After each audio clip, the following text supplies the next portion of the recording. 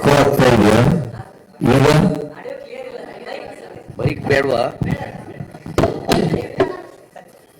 Mic ಬೇಡ, ಕೇಳಿಸ್ತಾ ಇದೆಯಾ? ಓಕೆ. 5 ಗ್ಯಾರಂಟಿಗಳನ್ನ ನಾನು ಮತ್ತು ಡಿ ಕೆ ಶಿವಕುಮಾರ್ ಅವರು ಗ್ಯಾರಂಟಿ ಚೆಕ್ಗಳ ಮೂಲಕ ಮನೆ ಮನೆಗೆ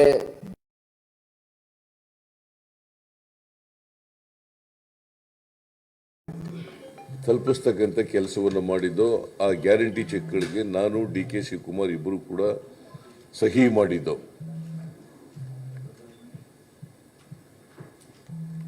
ನಾವು ಅಧಿಕಾರಕ್ಕೆ ಬಂದ 8 ತಿಂಗಳಲ್ಲಿ ಎಲ್ಲ 5 ಗ್ಯಾರಂಟಿಗಳನ್ನು ಕೂಡ ಸಂಪೂರ್ಣವಾಗಿ ಜಾರಿ ಮಾಡಿದ್ದೇವೆ.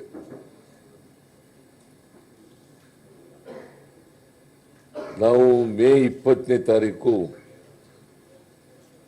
ಅಧಿಕಾರಕ್ಕೆ ಬಂದು ಮೇ 20, 2023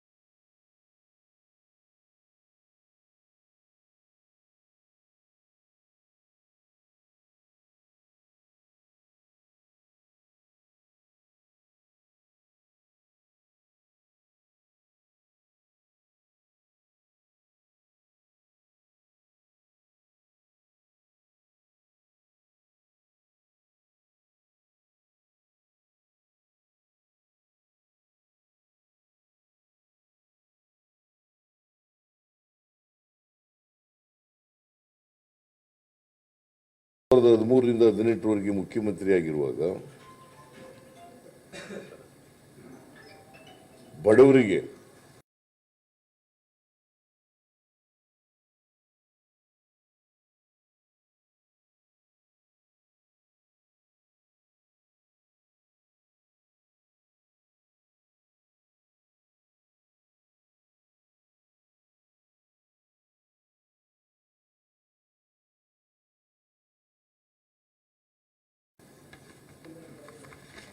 ಯಡಿಯೂರಪ್ಪನವರು ಮುಖ್ಯಮಂತ್ರಿ ಆದಮೇಲೆ ನಮ್ಮ ಸರ್ಕಾರದ ಅವಧಿನಲ್ಲಿ ಕೊಡ್ತಾ ಇದ್ದಂಥ 7 kg ಅಕ್ಕಿಯನ್ನು 5 kgಗೆ ಇಳಿಸಿದರು. ನಾನು ಅದನ್ನು ವಿಧಾನಸಭೆಯಲ್ಲಿ ಪ್ರಸ್ತಾಪ ಮಾಡಿದಾಗ ಯಡಿಯೂರಪ್ಪನವ್ರ ಸರ್ಕಾರ ಒಪ್ಪಲಿಲ್ಲ. ನಾನು ಮತ್ತು ಡಿ ಕೆ ಶಿವಕುಮಾರ್ ಮತ್ತು ನಮ್ಮ ಪಕ್ಷದ ಎಲ್ಲ ಮುಖಂಡರುಗಳು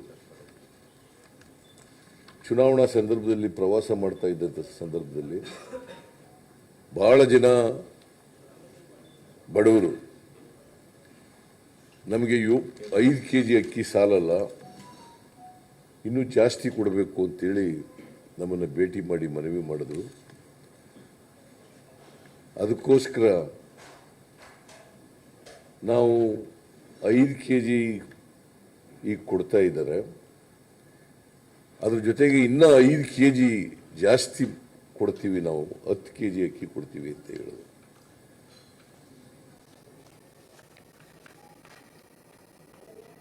ಆಮೇಲೆ ಈ ಕಾರ್ಯಕ್ರಮ ಜಾರಿ ಕೊಡಿದಾಗ ಒಟ್ಟು ಮಾತುಕತೆ ನಡ್ಕೋಬೇಕು ಅಂತೇಳಿ ಕೇಂದ್ರ ಸರ್ಕಾರದವರು ಸಹಕಾರ ಮಾಡಲಿಲ್ಲ, ಅಕ್ಕಿ ಕೊಡಿಸಲಿಲ್ಲ. ಫುಡ್ ಕಾರ್ಪೊರೇಷನ್ ಆಫ್ ಇಂಡಿಯಾ ಅಕ್ಕಿ ದಾಸ್ತಾನಿದ್ರೂ ಕೂಡ ನಾವೇನು ಪುಕ್ಕಟೆ ಕೇಳಿರಲಿಲ್ಲ, ಅವರಿಗೆ ಪುಕ್ಕಟೆ ಕೊಡಿ ಅಂತ ಕೇಳಿರಲಿಲ್ಲ.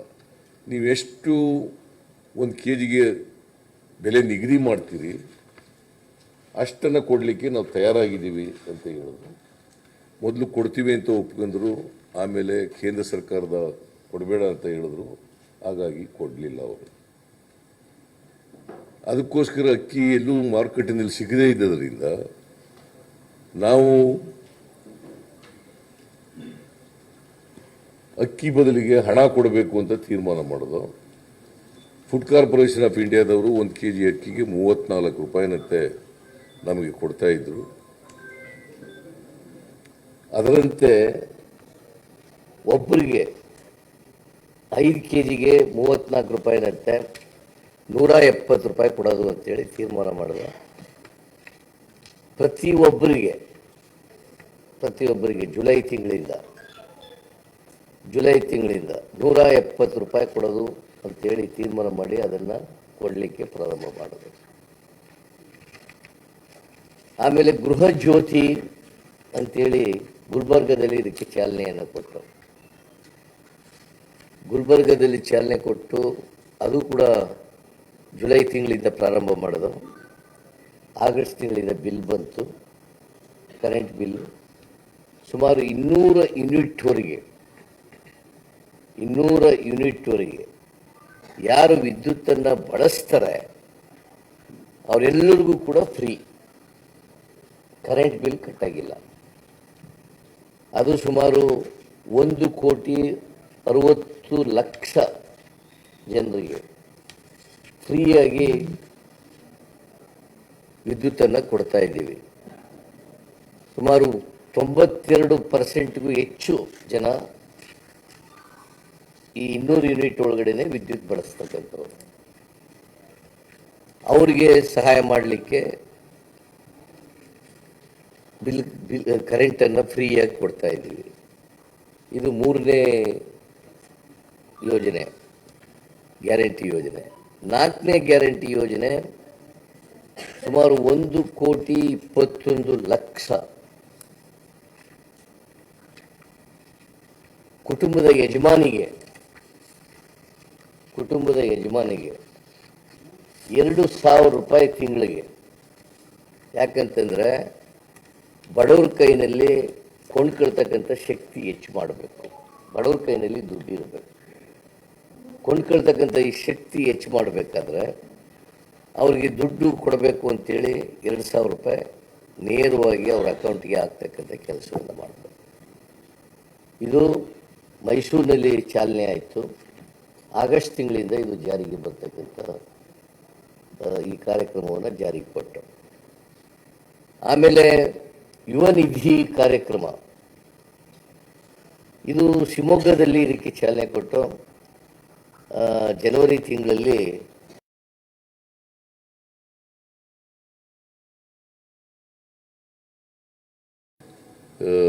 ವಿವೇಕಾನಂದರ ಜನ್ಮದಿನದಂದು ಇದಕ್ಕೆ ಚಾಲನೆಯನ್ನು ಕೊಟ್ಟರು.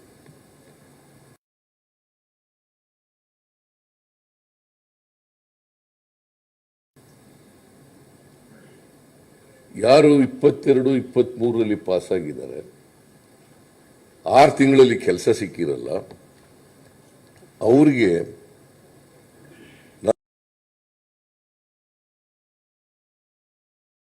ನಾವು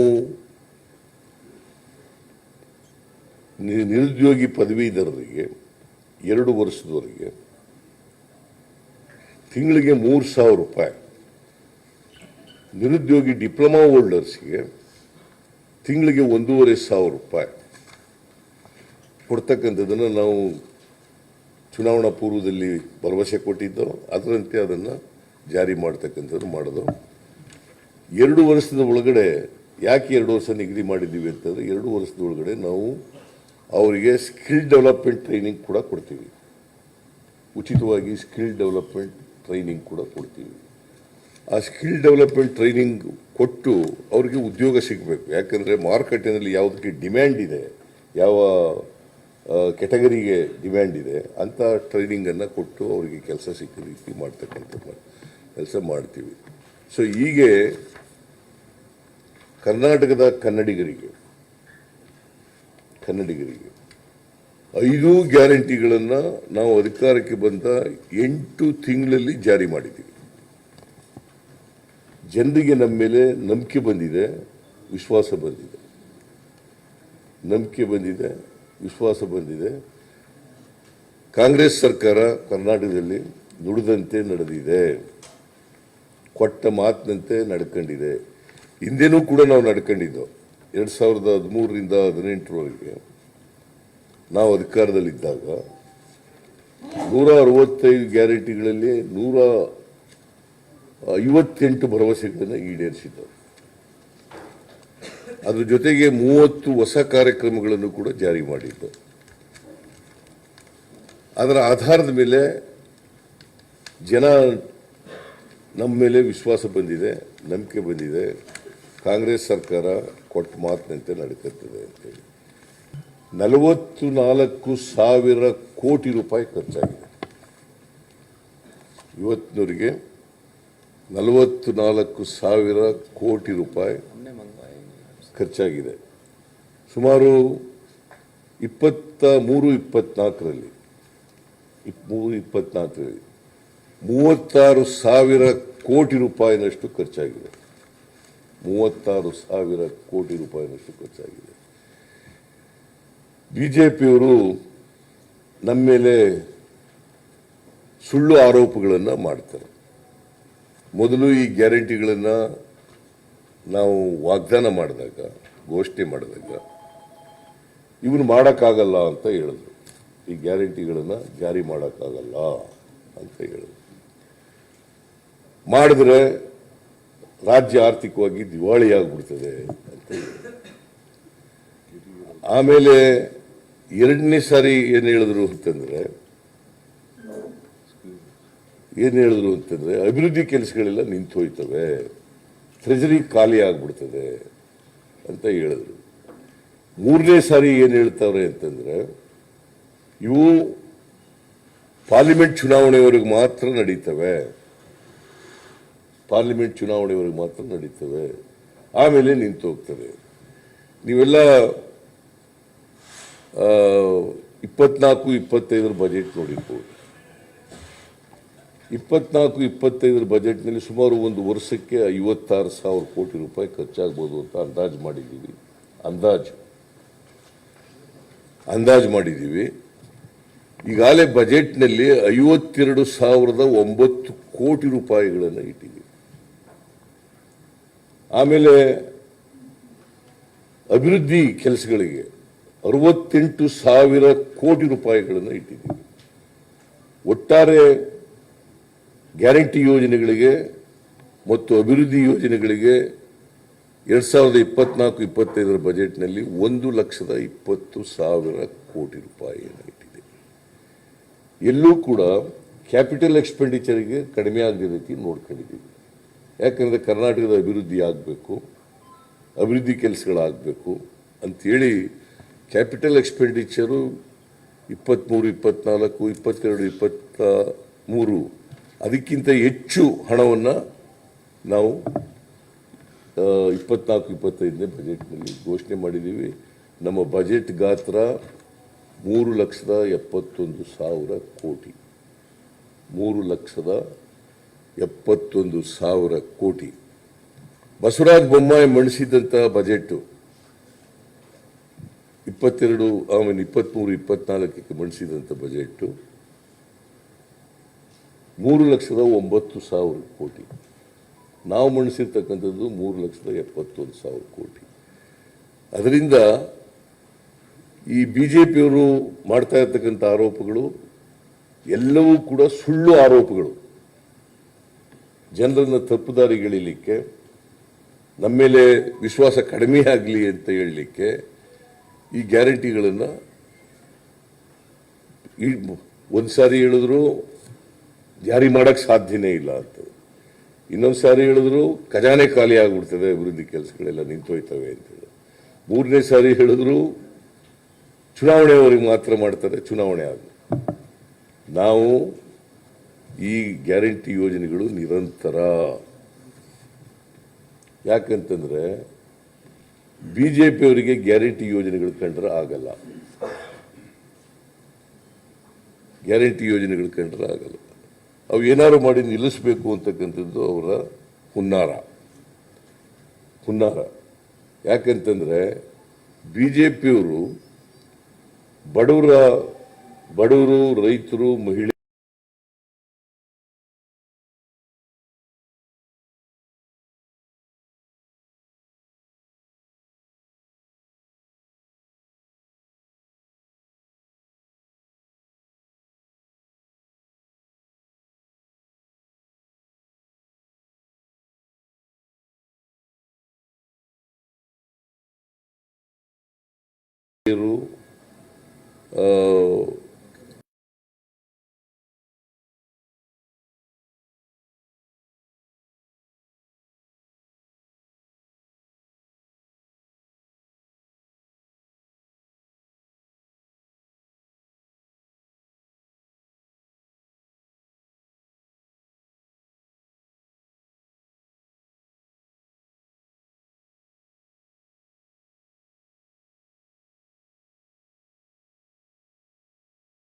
ಕಾರ್ಮಿಕ ಸಂವಿಧಾನ ರಚನಾ ಸಮಿತಿಯ ಅಧ್ಯಕ್ಷರಾಗಿ ಆ ಸಂವಿಧಾನವನ್ನು ನಮ್ಮ ದೇಶಕ್ಕೆ ಕಾನ್ಸ್ಟಿಟ್ಯೂಂಟ್ ಅಸೆಂಬ್ಲಿಯಲ್ಲಿ ಅಂಗೀಕಾರ ಆದಾಗ, ಜಾರಿಯಾದಾಗ 1950 ಜನವರಿ 26ನೇ ತಾರೀಕು ಜಾರಿಯಾದಾಗ ಅವರ ಪತ್ರಿಕೆ ಆರ್ಗನೈಸರ್ನಲ್ಲಿ ಏನು ಬರೆದರು ಅಂತಕ್ಕಂಥದ್ದು ಇವತ್ತು ಕೂಡ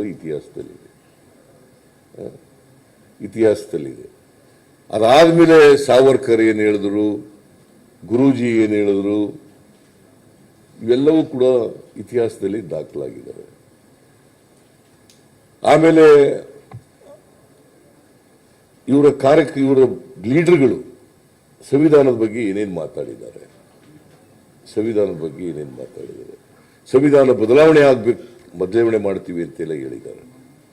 ನಾವು ಅಧಿಕಾರಕ್ಕೆ ಬಂದಿರೋದೇ ಸಂವಿಧಾನ ಬದಲಾವಣೆ ಮಾಡಲಿಕ್ಕೆ ಅಂತ ಹೇಳಿ. ನಮಗೆ 400 ಸ್ಥಾನಗಳನ್ನು ಕೊಟ್ಟರೆ ನಾವು ಸಂವಿಧಾನನ ಬದಲಾವಣೆ ಮಾಡಿಬಿಡ್ತೀವಿ ಅಂತೆಲ್ಲ ಹೇಳಿದ್ದಾರೆ. ಮೋಹನ್ ಭಾಗವತ್ RSS ಸ್ವಲ್ಪ ತಾಳ್ಮೆಯಿಂದ ಇರಿ, ಸಂವಿಧಾನ ಬದಲಾವಣೆ ಮಾಡ್ತೀವಿ ಅಂತ RSS ಬೈಠಕ್ನಲ್ಲಿ ಹೇಳಿದ್ದಾರೆ. ಸೊ ಇವರು ಆಂತರಿಕವಾಗಿರ್ತಕ್ಕಂಥದ್ದು ಬೇರೆ, ಬಹಿರಂಗವಾಗಿ ಹೇಳ್ತಕ್ಕಂಥದ್ದು ಇನ್ನೊಂದು. ಇವ್ರಿಗೆ ಯಾವತ್ತೂ ಕೂಡ ಸಂವಿಧಾನದ ಬಗ್ಗೆ ಗೌರವ ಇಲ್ಲ. ಈ ಚುನಾವಣೆ ಇದೆಯಲ್ಲ, ಇದು ಎರಡನೇ ಸ್ವಾತಂತ್ರ್ಯ ಅಂತ ಕರಿಬಹುದು, ಎರಡನೇ ಸ್ವಾತಂತ್ರ್ಯ ಹೋರಾಟ ಅಂತ ಕರಿಬಹುದು. ಎರಡನೇ ಸ್ವಾತಂತ್ರ್ಯದ ಹೋರಾಟ ಯಾಕಂತಂದ್ರೆ ನಮ್ಮ ಸಂವಿಧಾನ, ಬಾಬಾ ಸಾಹೇಬ್ ಅಂಬೇಡ್ಕರ್ ಅವರು ಕೊಟ್ಟಿರ್ತಕ್ಕಂಥ ಸಂವಿಧಾನ ಎಲ್ರಿಗೂ ಸಮಾನ ಅವಕಾಶಗಳನ್ನು ಕೊಡ್ತೇವೆ, ಸಮಾನತೆಯ ಸಮಾಜವನ್ನು ನಿರ್ಮಾಣ ಮಾಡ್ತೇವೆ, ಈ ದೇಶದಲ್ಲಿ ಸರ್ವರಿಗೂ ಸಮಪಾಲು ಸಮಬಾಳು ಆಗಬೇಕು ಅಂತಕ್ಕಂಥದ್ದನ್ನ ಬಹಳ ಸ್ಪಷ್ಟವಾಗಿ ಹೇಳ್ತದೆ. ಮತ್ತೆ ದೇಶದಲ್ಲಿ ನಮ್ಮ ಸಾಮಾಜಿಕ ವ್ಯವಸ್ಥೆ ಹೇಗಿರಬೇಕು ಅಂತಂದ್ರೆ ಸರ್ವ ಜನಾಂಗದ ಶಾಂತಿಯ ತೋಟ ಆಗಬೇಕು ಅಂತಕ್ಕಂಥದ್ದನ್ನ ಹೇಳ್ತಾರೆ. ಸೊ ಇದಕ್ಕೆ ವಿರುದ್ಧವಾಗಿರ್ತಕ್ಕಂಥವರು ಭಾರತೀಯ ಜನತಾ ಪಕ್ಷದವರು. ನಾವು ಅಂಬೇಡ್ಕರ್ ಅವರು ಹೇಳಿದಂತೆ ಈ ದೇಶಕ್ಕೆ ಬರೀ ರಾಜಕೀಯ ಸ್ವಾತಂತ್ರ್ಯ ಬಂದರೆ ಅದು ಸಾರ್ಥಕ ಆಗಲ್ಲ, ರಾಜಕೀಯ ಸ್ವಾತಂತ್ರ್ಯ ಬಂದರೆ ಸಾರ್ಥಕ ಆಗಲ್ಲ. ಅದ್ರ ಜೊತೆಗೆ ಎಲ್ಲರಿಗೂ ಕೂಡ, ದಲಿತರಿಗೆ, ಹಿಂದುಳಿದವರಿಗೆ, ಅಲ್ಪಸಂಖ್ಯಾತರಿಗೆ, ಯಾರ್ಯಾರು ಅವಕಾಶಗಳಿಂದ ವಂಚಿತರಾಗಿರ್ತಕ್ಕಂಥ ಜನ ಇದ್ದಾರೆ, ಆ ಜನರಿಗೆ ಎಲ್ರಿಗೂ ಕೂಡ ಆರ್ಥಿಕ ಸಾಮಾಜಿಕ ಸ್ವಾತಂತ್ರ್ಯ ಸಿಕ್ಕಿದಾಗ ಮಾತ್ರ ರಾಜಕೀಯ ಸ್ವಾತಂತ್ರ್ಯ ಸಾರ್ಥಕ ಆಗ್ತದೆ ಅಂತ ಮಾತನಾಡ್ತೀವಿ. ಅದರಲ್ಲಿ ನಂಬಿಕೆ ಇಟ್ಕೊಂಡಿರ್ತಕ್ಕಂಥವ್ರು ಕಾಂಗ್ರೆಸ್ನವರು. ಅದಕ್ಕೋಸ್ಕರ ಎಲ್ಲ ಅವಕಾಶಗಳಿಂದ ವಂಚಿತರಾಗಿರ್ತಕ್ಕಂಥ ಜನರಿಗೆ ಸಾಮಾಜಿಕ ಆರ್ಥಿಕ ಸ್ವಾತಂತ್ರ್ಯವನ್ನು, ಆ ಶಕ್ತಿಯನ್ನು, ಸಬಲತೆಯನ್ನು ಕೊಡ್ತಕ್ಕಂಥ ಪ್ರಯತ್ನವನ್ನು ನಾವು ಮಾಡ್ತಾ ಇದ್ದೀವಿ. ಅದಕ್ಕೋಸ್ಕರನೇ ಈ 5 ಗ್ಯಾರಂಟಿಗಳನ್ನು ನಾವು ಘೋಷಣೆ ಮಾಡಿ ಜಾರಿಗೆ ಮಾಡಿರ್ತಕ್ಕಂಥದ್ದು. ಪ್ರತಿಯೊಬ್ಬರಿಗೂ ಕೂಡ ಆರ್ಥಿಕ ಸಾಮಾಜಿಕ ಶಕ್ತಿ ಬರಬೇಕು, ಕೊಂಡ್ಕೊಳ್ತಕ್ಕಂಥ ಶಕ್ತಿ ಆಗಬೇಕು. ಯಾಕೆಂದರೆ ನರೇಂದ್ರ ಮೋದಿಯವರು 10 ವರ್ಷಗಳಲ್ಲಿ ಅವರು ಪ್ರಧಾನಮಂತ್ರಿಯಾಗಿ 10 ವರ್ಷ ಆಗಿ ಇವತ್ತಿನವರೆಗೆ ಎಲ್ಲೂ ಕೂಡ ನಾನು 10 ವರ್ಷಗಳಲ್ಲಿ ಏನು ಸಾಧನೆ ಮಾಡಿದ್ದೀನಿ ಅಂತ ಹೇಳೋದಿಲ್ಲ. ಎಲ್ಲರೂ ನೀವು ನೋಡಿದ್ದೀರ ಅವ್ರ ಭಾಷಣಗಳಲ್ಲಿ 10 ವರ್ಷಗಳಲ್ಲಿ ಇಂಥ ಸಾಧನೆಗಳನ್ನು ಮಾಡಿದ್ದೀನಿ, ಅಥವಾ 2014ರಲ್ಲಿ ಕೊಟ್ಟಿರ್ತಕ್ಕಂಥ ಇಂಥ ಭರವಸೆಗಳನ್ನು ಈಡೇರಿಸಿದ್ದೇನೆ, ಎಲ್ಲರೂ ಹೇಳಿದಾರ? ಓನ್ಲಿ 10 ವರ್ಷದಲ್ಲಿ 10 ಸಾಧನೆಗಳನ್ನು ನಾವು ಹೇಳ್ಬೇಕಲ್ಲ. ಒಂದು ಸಾಧನೆಯೂ ಕೂಡ ಇವತ್ತಿನವರೆಗೆ ಹೇಳಲಿಕ್ಕಾಗಿಲ್ಲ. ಅದ್ರ ಬದಲು ಏನ್ ಮಾಡ್ತಾ ಇದ್ದಾರೆ? ದ್ವೇಷದ ರಾಜಕಾರಣ ಮಾಡ್ತಕ್ಕಂಥ, ದ್ವೇಷದ ಭಾಷಣ ಮಾಡ್ತಕ್ಕಂಥ, ದೇಶ ಒಡಿತಕ್ಕಂಥ ಪ್ರಯತ್ನವನ್ನು ಮಾಡ್ತಾ ಇದ್ದಾರೆ. 10 ವರ್ಷಗಳಲ್ಲಿ ಮಾಡಿರ್ತಕ್ಕಂಥದ್ದು ಮತಗಳ ಕ್ರೋಢೀಕರಣಕ್ಕೋಸ್ಕರ, ಧರ್ಮ ಕ್ರೋಢೀಕರಣಕ್ಕೋಸ್ಕರ ಅವರು ಮಾಡಿರ್ತಕ್ಕಂಥ ಕೆಲಸ ಅಷ್ಟೇ. ಅದಕ್ಕೋಸ್ಕರನೇ ರಾಹುಲ್ ಗಾಂಧಿಯವರು ಕನ್ಯಾಕುಮಾರಿಯಿಂದ ಕಾಶ್ಮೀರದವರೆಗೆ ಮತ್ತೆ ಮಣಿಪುರದಿಂದ ಮುಂಬೈವರೆಗೆ ಅವರು ಪಾದಯಾತ್ರೆಯನ್ನು ಮಾಡಿದ್ರು. ಮೊದಲನೇ ಹಂತದಲ್ಲಿ, ಎರಡನೇ ಹಂತದಲ್ಲಿ ನ್ಯಾಯಯಾತ್ರೆಯನ್ನು ಮಾಡಿದ್ರು. ಸೊ ಇದು ಯಾಕೆ ಮಾಡಿದ್ರು ಅಂತಂದ್ರೆ, 10 ವರ್ಷಗಳಲ್ಲಿ ಜನರ ಮನಸ್ಸನ್ನ ಹಾಳು ಮಾಡಿದ್ದಾರೆ, ದ್ವೇಷದ ರಾಜಕಾರಣ ಮಾಡಿ ದೇಶ ವಿಭಜನೆ ಮಾಡ್ತಕ್ಕಂಥ ಕೆಲಸವನ್ನು ಮಾಡಿದ್ದಾರೆ. ಅದಕ್ಕೋಸ್ಕರ ಮನಸ್ಸುಗಳನ್ನು ಒಗ್ಗೂಡಿಸ್ತಕ್ಕಂಥ ಕೆಲಸ ಆಗಬೇಕು ಅಂತೇಳಿ ಅವರು ಇಡೀ ದೇಶ ತುಂಬ ಆಗಲಿ, ಬಹುಶಃ ಯಾರು ಕೂಡ ಇಷ್ಟೊಂದು ಪಾದಯಾತ್ರೆ ಮಾಡ್ತಕ್ಕಂಥದ್ದು, ನ್ಯಾಯಯಾತ್ರೆ ಮಾಡ್ತಕ್ಕಂಥ ಕೆಲಸವನ್ನು ಮಾಡಿರಲಿಲ್ಲ. ಸೊ ಅದರ ಈ ಅವರು ಪಾದಯಾತ್ರೆ ನ್ಯಾಯಯಾತ್ರೆ ಮಾಡೋದ್ರ ಫಲವಾಗಿಯೇ ಈ ದೇಶದಲ್ಲಿ ಸಮಸ್ಯೆಗಳೇನು ಅಂತಕ್ಕಂಥದ್ದು ಅರ್ಥ ಆಯಿತು.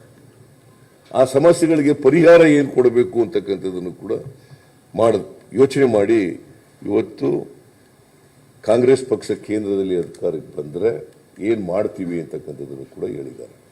25 ಗ್ಯಾರಂಟಿಗಳನ್ನು ಘೋಷಣೆ ಮಾಡಿದ್ದಾರೆ. ಅದರಲ್ಲಿ ಮಲ್ಲಿಕಾರ್ಜುನ ಖರ್ಗೆಯವರು ಮತ್ತು ರಾಹುಲ್ ಗಾಂಧಿಯವರು 5 ಗ್ಯಾರಂಟಿಗಳಿಗೆ ಸೈನ್ ಮಾಡಿದ್ದಾರೆ.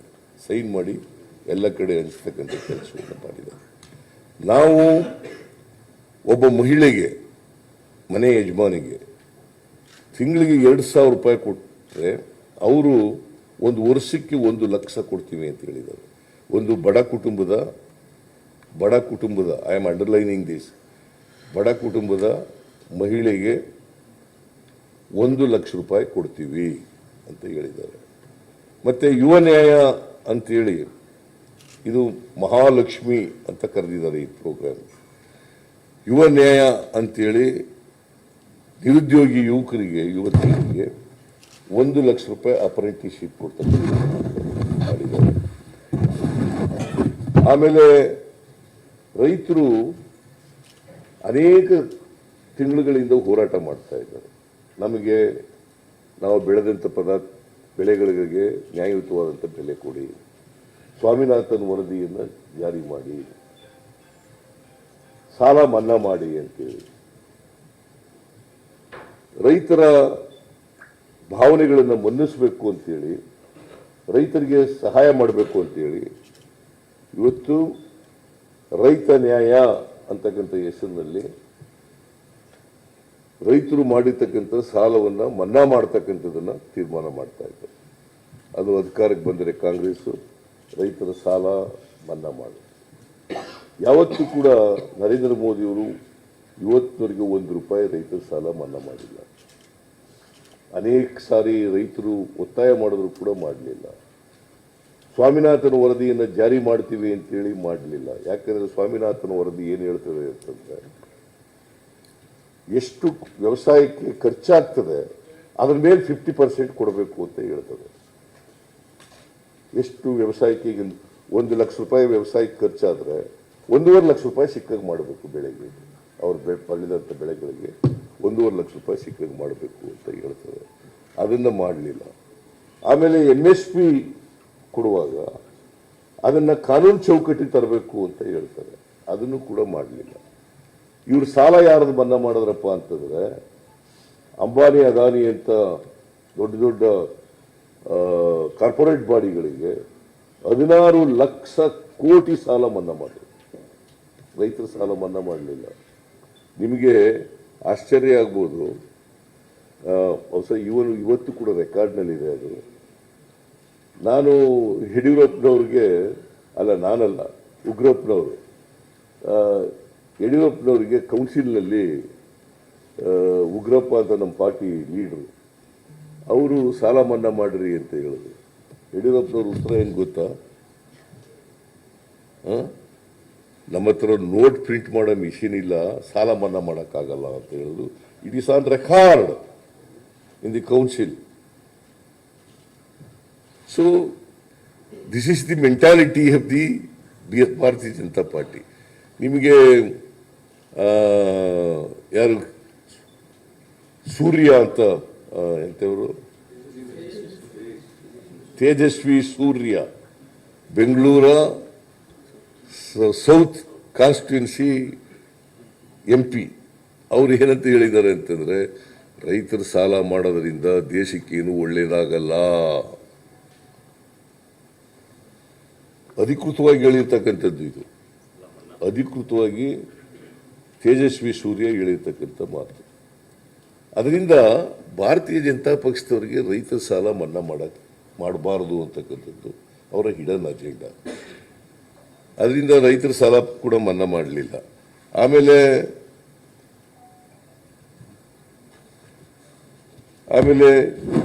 ಜಾತಿ ಗಣತಿ ಮಾಡ್ತೀವಿ ಅಂತ ಹೇಳ್ತಾರೆ. ಜಾತಿ ಗಣತಿ ಯಾಕೆ ಮಾಡಬೇಕು ಅಂತಂದ್ರೆ ಕರ್ನಾಟಕದಲ್ಲಿ ನಾನೇ ಪ್ರಾರಂಭ ಮಾಡಿದ್ದು.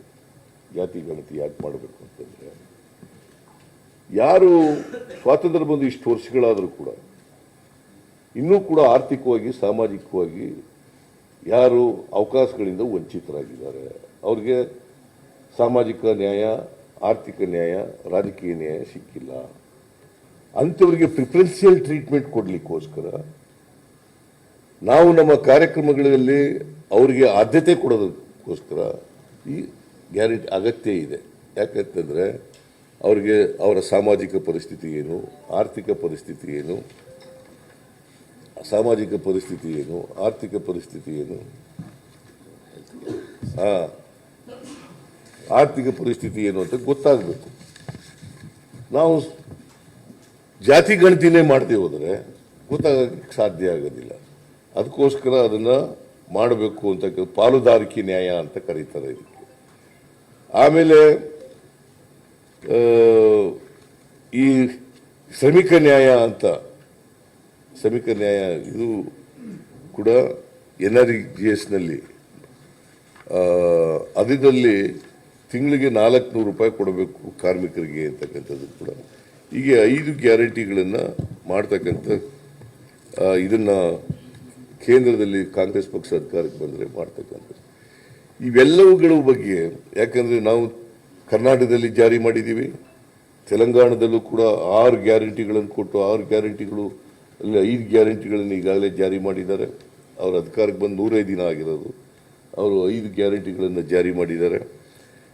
ಸೊ ನರೇಂದ್ರ ಮೋದಿಯವರು ಕರ್ನಾಟಕಕ್ಕೆ ದೊಡ್ಡ ಅನ್ಯಾಯವನ್ನು ಮಾಡಿದ್ದಾರೆ. ಕನ್ನಡಿಗರಿಗೆ ದೊಡ್ಡ ಅನ್ಯಾಯ ಮಾಡಿದ್ದಾರೆ. ನಾನು ಈ ಮಾತನ್ನ ಅತ್ಯಂತ ಜವಾಬ್ದಾರಿಯಿಂದ ಹೇಳ್ತಾ ಇದ್ದೇನೆ. ನಮಗೆ ತೆರಿಗೆ ಹಂಚಿಕೆಯಲ್ಲಿ ಅನ್ಯಾಯ ಆಗಿದೆ. ಯಾಕಂತಂದ್ರೆ 23-24ರಲ್ಲಿ ಕರ್ನಾಟಕದಿಂದ ಸುಮಾರು 4,30,000 ಕೋಟಿ ರೂಪಾಯಿಯನ್ನು ತೆರಿಗೆ ಕೊಡ್ತಾ ಇದ್ದೀವಿ. ಅದು ಕನ್ನಡಿಗರ ಬೆವರಿನ ಫಲ. ತೆರಿಗೆ ಕೊಡೋದು ಅಂತಂದ್ರೆ ಕನ್ನಡಿಗರು ಶ್ರಮ ಪಟ್ಟು ಇಲ್ಲಿ ಅವರ ಶ್ರಮದ ಫಲದಿಂದ ತೆರಿಗೆಯನ್ನು ಕೊಡ್ತೀವಿ. ಕರ್ನಾಟಕ 2ನೇ ಸ್ಥಾನದಲ್ಲಿರೋದು ತೆರಿಗೆ ಕೊಡೋದರಲ್ಲಿ. ಮಹಾರಾಷ್ಟ್ರ 1ನೇ ಸ್ಥಾನ, ಕರ್ನಾಟಕ 2ನೇ ಸ್ಥಾನ. ಸೊ ನಾವು 4,30,000 ಕೋಟಿ ತೆರಿಗೆ ಕೊಟ್ಟರು ಕೂಡ ನಮಗೆ ವಾಪಸ್ ಬರೋದು 23-24ರಲ್ಲಿ ಬಂದದ್ದು 55,000 ಕೋಟಿ. ಅಂದರೆ ₹1 ಕೊಟ್ಟರೆ ನಮಗೆ 13 ಪೈಸೆಯಷ್ಟು ವಾಪಸ್ ಬರ್ತದೆ. ಸೊ ಇದು ಪರಿಸ್ಥಿತಿ. ₹100 ಕೊಟ್ಟರೆ ₹100 ತೆರಿಗೆ ಕಟ್ಟಿದ್ರೆ ₹13 ವಾಪಸ್ ಬರ್ತದೆ. ಅದರಿಂದ ಇದು ಅನ್ಯಾಯ ಆಗಿದೆ ಅಂತೇಳಿ ನಾವು ಡೆಲ್ಲಿನಲ್ಲೂ ಕೂಡ ಎಲ್ಲ ಮಿನಿಸ್ಟ್ರಿಗಳು, ಎಲ್ಲ MLAಗಳು ಕೂಡ ಪ್ರತಿಭಟನೆಯನ್ನು ಕೂಡ ಮಾಡಿದ್ರು. ಆಮೇಲೆ 14ನೇ ಹಣಕಾಸಿನ ಆಯೋಗದಿಂದ ನಮಗೆ 15ನೇ ಹಣಕಾಸಿನಲ್ಲಿ ಅನ್ಯಾಯ ಆಯಿತು. ಆದರೂ ಕೂಡ 15ನೇ ಹಣಕಾಸಿನವರು ಶಿಫಾರಸು ಮಾಡಿದರು. ವಿಶೇಷ ಅನುದಾನ ಅಂತೇಳಿ ನಮಗೆ 5,495 ಕೋಟಿ ರೂಪಾಯಿಯನ್ನು ಶಿಫಾರಸು ಮಾಡಿದರು. 5,495 ಕೋಟಿ. ಇದು ವಿಶೇಷ ಅನುದಾನ. ಮೊದಲನೇ ವರದಿನಲ್ಲಿ ಕೊಟ್ಟಿದ್ದದ್ದು. 2ನೇ ವರದಿನಲ್ಲಿ ಅವರು ಪೆರಿಫೆರಲ್ ರಿಂಗ್ ರೋಡ್ ಬೆಂಗಳೂರಿನಲ್ಲಿ ಪೆರಿಫೆರಲ್ ರಿಂಗ್ ರೋಡ್ ಮಾಡೋಕ್ಕೆ ಅಂತೇಳಿ 3,000 ಕೋಟಿ ರೂಪಾಯಿ ನಮಗೆ ಕೊಡ್ತೀವಿ ಅಂತ ಹೇಳಿದರು. 3,000 ಕೋಟಿ. ಅದಲ್ಲದೆ ಬೆಂಗಳೂರಿನಲ್ಲಿರ್ತಕ್ಕಂಥ ಕೆರೆಗಳ ಅಭಿವೃದ್ಧಿಗೆ 3,000 ಕೋಟಿ. ಒಟ್ಟು 11,495 ಕೋಟಿ ನಮಗೆ ಶಿಫಾರಸು ಮಾಡಿದ್ರು 15ನೇ ಹಣಕಾಸಿನ ಆಯೋಗ. ಅದನ್ನು ಕೂಡ ಕೊಡಲಿಲ್ಲ. ಆಮೇಲೆ ನಿರ್ಮಲಾ ಸೀತಾರಾಮನ್ ಅವರು 23-24ರ ಬಜೆಟ್ನಲ್ಲಿ ಅಪ್ಪರ್ ಭದ್ರಾ ಯೋಜನೆಗೆ 5,300 ಕೋಟಿ ಕೊಡ್ತೀವಿ ಅಂತ ಹೇಳಿದ್ರು. 5,300 ಕೋಟಿ. 23-24ನೇ ವರ್ಷ ಮುಗಿದೋಯ್ತು. ₹1 ಕೊಡಲಿಲ್ಲ. ಇವತ್ತಿನವರೆಗೆ ₹1 ಕೊಡಲಿಲ್ಲ.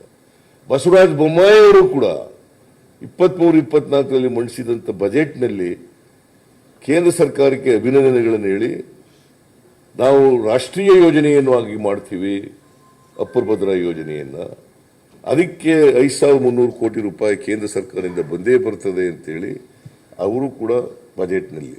ಅದು ಭಾಷಣದ ಮಾತಲ್ಲ, ಭಾಷಣದ ಭರವಸೆ ಅಲ್ಲ, ಬಜೆಟ್ನಲ್ಲೇ ಹೇಳಿರ್ತಕ್ಕಂಥದ್ದು. ಬಜೆಟ್ ಭಾಷಣದಲ್ಲಿ ಅವರು ಅನೌನ್ಸ್ ಮಾಡಿದ್ದದು. ಕೊಡಲಿಲ್ಲ. ಇದನ್ನೆಲ್ಲ ಕೇಳಬೇಕಲ್ಲ, ಕೇಳಲಿಲ್ಲ. ಈಗ 2009ರಲ್ಲಿ ಎಲ್ಲ 14ರಲ್ಲಿ 17 ಜನ MP ಗೆಲ್ಲಿಸಿದ್ರು ಕರ್ನಾಟಕದವರು.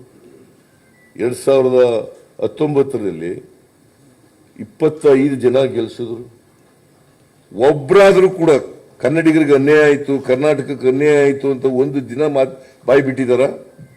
ಎಕ್ಸೆಪ್ಟ್ ಡಿ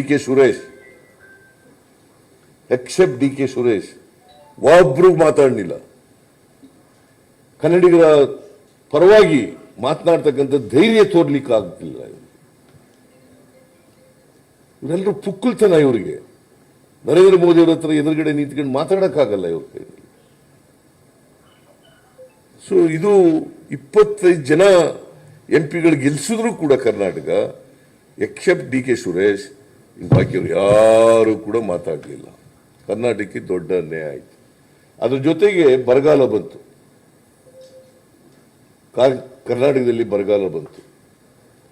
244 ತಾಲೂಕುಗಳಲ್ಲಿ 223 ತಾಲೂಕುಗಳು ಬರಗಾಲ ಪೀಡಿತ ಆದವು. ಘೋಷಣೆ ಮಾಡೋದಲ್ಲ, ಭೀಕರವಾದಂಥ ಬರಗಾಲ. ನಾವು 2023 ಸೆಪ್ಟೆಂಬರ್ನಲ್ಲೇ ಮನವಿಯನ್ನು ಕೊಟ್ಟ ಕೇಂದ್ರ ಸರ್ಕಾರಕ್ಕೆ ಮೆಮೊರಾಂಡಮ್ ಸಬ್ಮಿಟ್ ಮಾಡಿದ್ರು. ಸೆಪ್ಟೆಂಬರ್ ತಿಂಗಳಲ್ಲೇ 2023 ಸೆಪ್ಟೆಂಬರ್ ತಿಂಗಳಲ್ಲೇ ಮನವಿಯನ್ನು ಕೊಟ್ಟ. ಅವರು ಅಕ್ಟೋಬರ್ನಲ್ಲಿ ಕೇಂದ್ರ ತಂಡ ಬಂತು. ಕೇಂದ್ರ ತಂಡ ಪರಿಶೀಲನೆ ಮಾಡಿ ವರದಿ ಕೊಟ್ಟರು.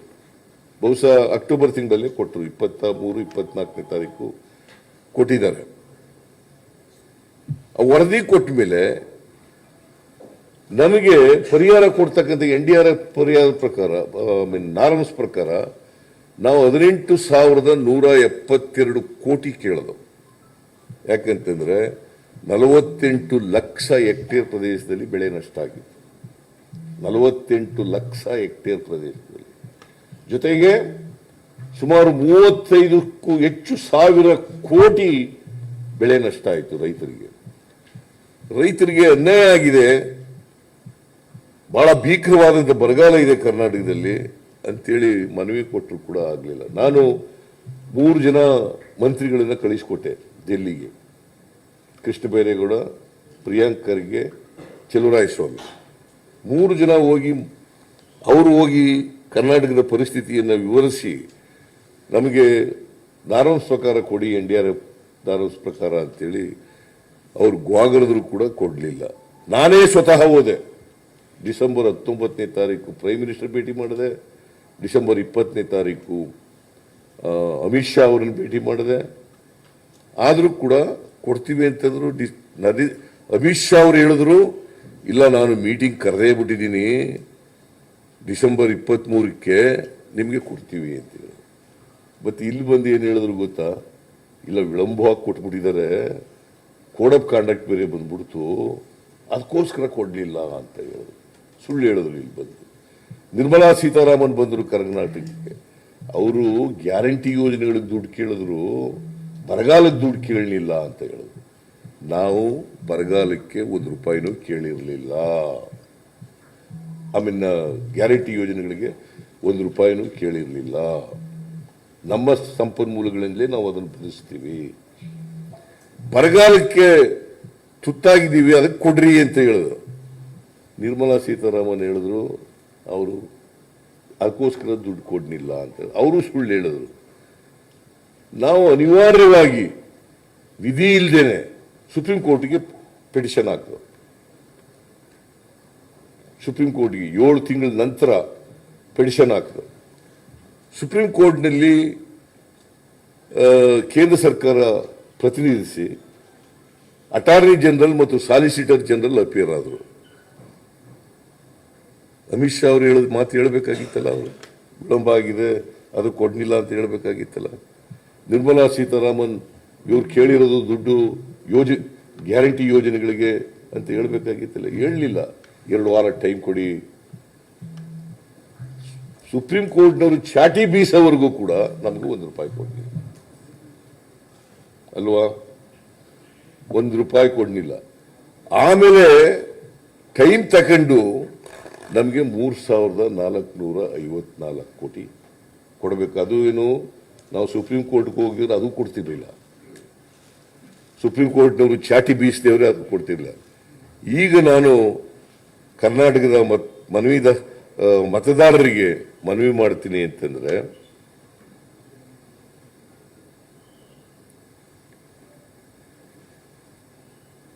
ಏನು ಮನವಿ ಮಾಡ್ತೀನಿ ಅಂತಂದ್ರೆ, ದಯಮಾಡಿ ಇದೊಂದು ಆಪರ್ಚುನಿಟಿ, ನಿಮಗೆ ಆಪರ್ಚುನಿಟಿ.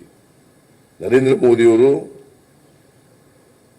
10 ವರ್ಷಗಳಲ್ಲಿ ಏನೂ ಮಾಡಲಿಲ್ಲ.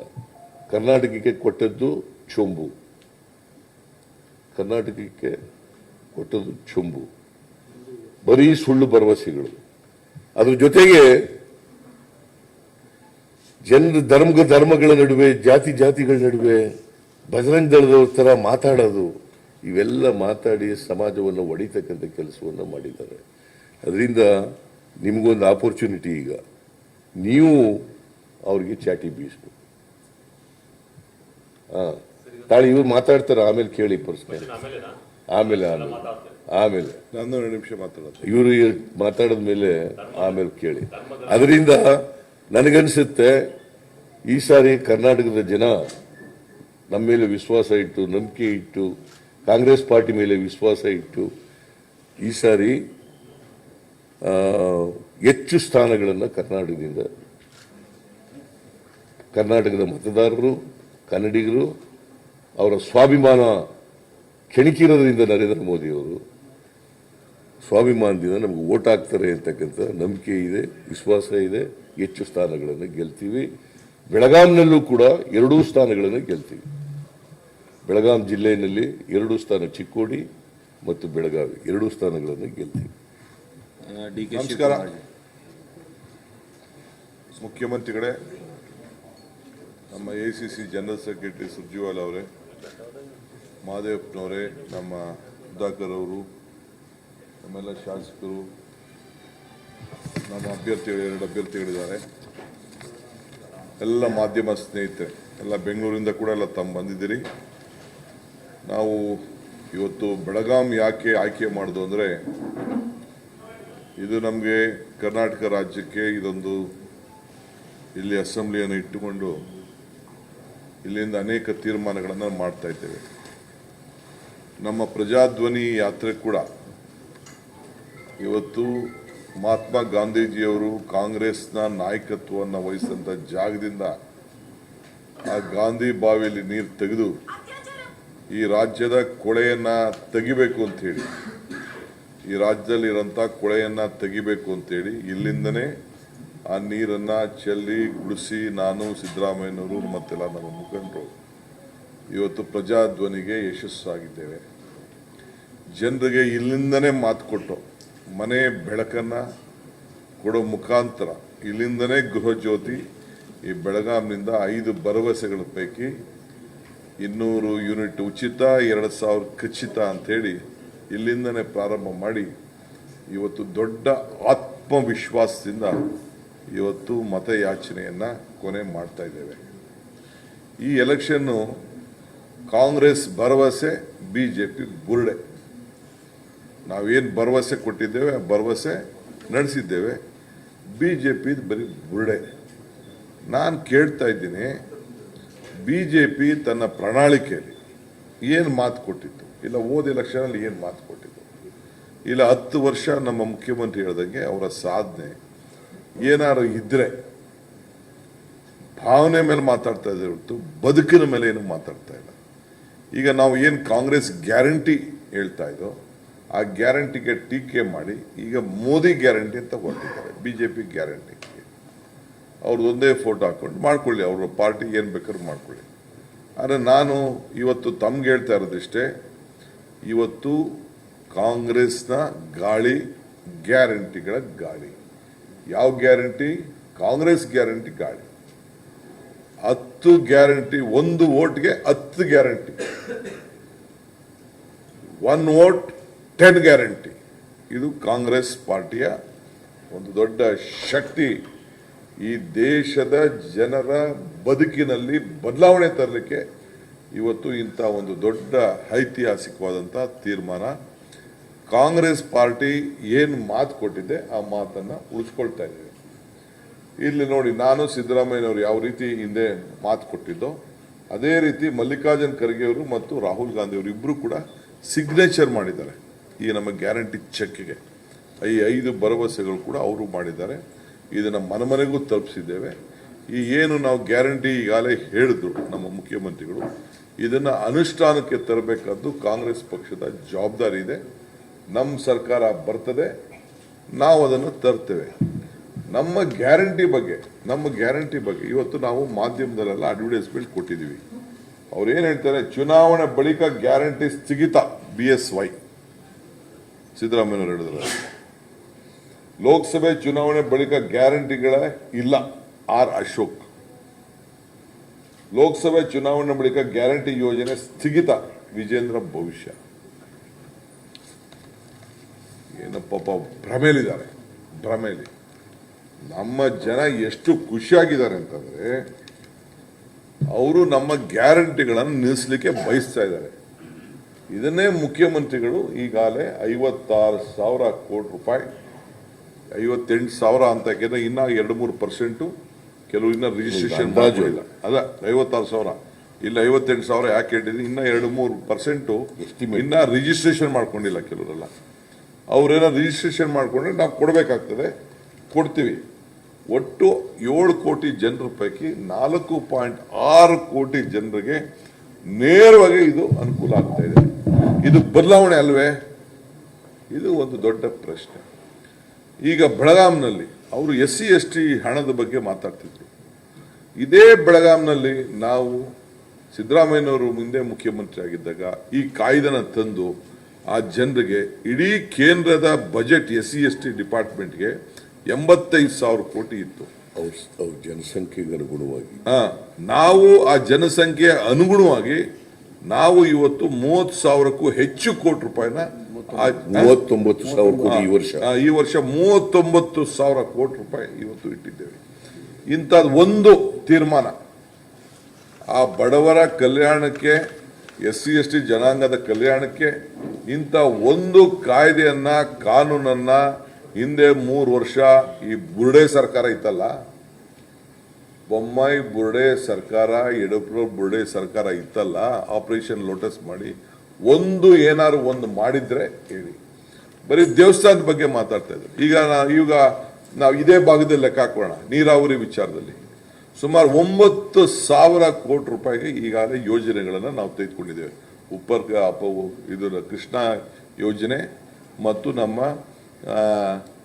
ಇದನ್ನ ಉಪ್ಪರ್ ಭದ್ರಾ ಯೋಜನೆ, ಅಪ್ಪರ್ ಭದ್ರಾ ಯೋಜನೆ ಮತ್ತು ಈಗಾಗಲೇ ನಾವು ಮಾದಾಯಿ ಕಳಸಾ ಬಂಡೂರಿ ಏನಿದೆ ಅದು ಕೂಡ ಟೆಂಡರ್ ಕೂಡ ಕರೆದು ಬಿಟ್ಟಿದ್ದೀನಿ ನಾನು.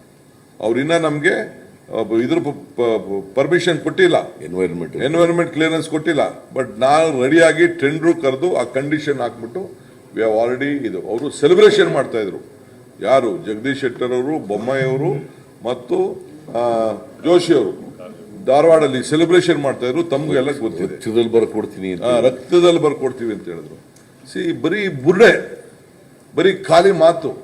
ನಮ್ದೇನಪ್ಪ ಅಂದ್ರೆ ನಮಗೂ ಅವ್ರಿಗೂ ಸತ್ಯಕ್ಕೂ ಸುಳ್ಳು. ಅವ್ರು ಬರೀ ಸುಳ್ಳು ಹೇಳ್ತಾವ್ರೆ, ನಾವು ಮಾಡ್ತೇವೆ. ನಾವು ಏನು ಹೇಳ್ತಾ ಇದ್ದೀವಿ ಆ ಮಾತು ಪ್ರಕಾರ ಇವತ್ತು ನಾವು ನಡ್ಕೊಂಡು ಹೋಗ್ತಾ ಇದೀವಿ. ಈಗ ರೈತರು, ಇಡೀ ದೇಶದಲ್ಲಿ ರೈತರು ಹೋರಾಟ ಮಾಡಿ 800 ಜನ ಸತ್ತರು. 800 ಜನ ಸತ್ತಿ ವಿಡ್ರಾ ಮಾಡಿದ್ರು. ಇಡೀ ಇತಿಹಾಸದಲ್ಲಿ ನಮ್ಮ ರೈತರಿಗೆ ಅಭಿನಂದಿಸ